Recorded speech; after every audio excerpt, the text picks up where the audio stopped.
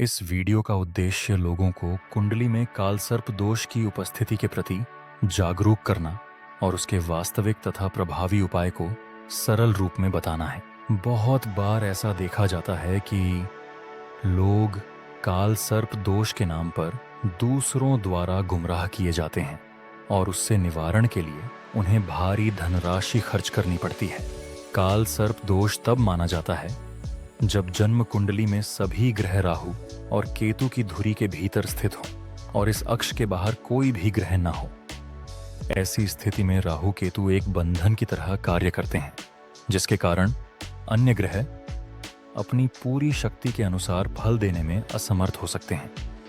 परिणामस्वरूप जीवन में विलंब, बार बार रुकावटें, अचानक उतार चढ़ाव और परिश्रम के अनुपात में अपेक्षित परिणाम न मिल पाने का अनुभव अधिक हो सकता है। यह प्रभाव विशेष रूप से करियर, संबंध, मानसिक स्थिरता और जीवन की दिशा से जुड़े विषयों में महसूस किया जाता है।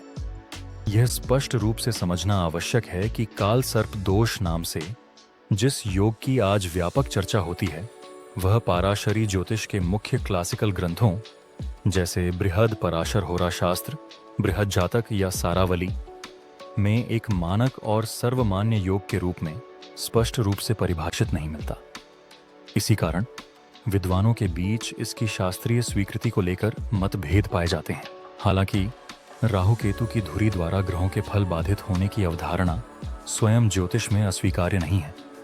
व्यवहारिक ज्योतिष में इसे एक कार्यात्मक अवस्था या बंधन पैटर्न के रूप में देखा जाता है, न कि सभी के लिए समान रूप से लागू होने वाले अनिवार्य दोष के रूप में।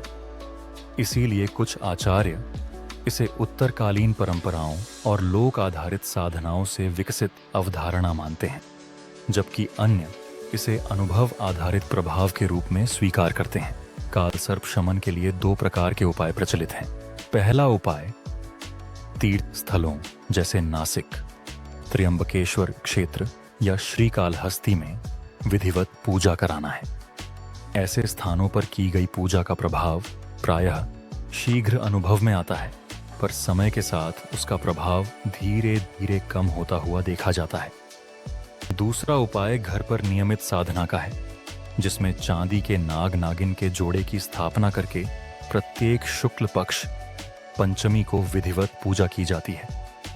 इस विधि में दूध में जल मिलाकर अभिषेक, सफेद चंदन और अक्षत का तिलक, सफेद फूल और सफेद मिठाई का नैवेद्य अर्पित किया जाता है।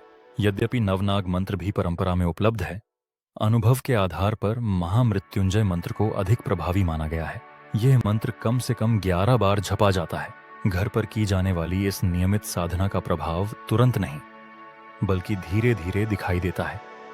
परंपरागत रूप से यह माना जाता है कि इसके परिणाम लगभग 9 महीनों के बाद स्पष्ट होने लगते हैं, एक एक ग्रह के संतुलन के लिए लगभग एक माह के क्रम में।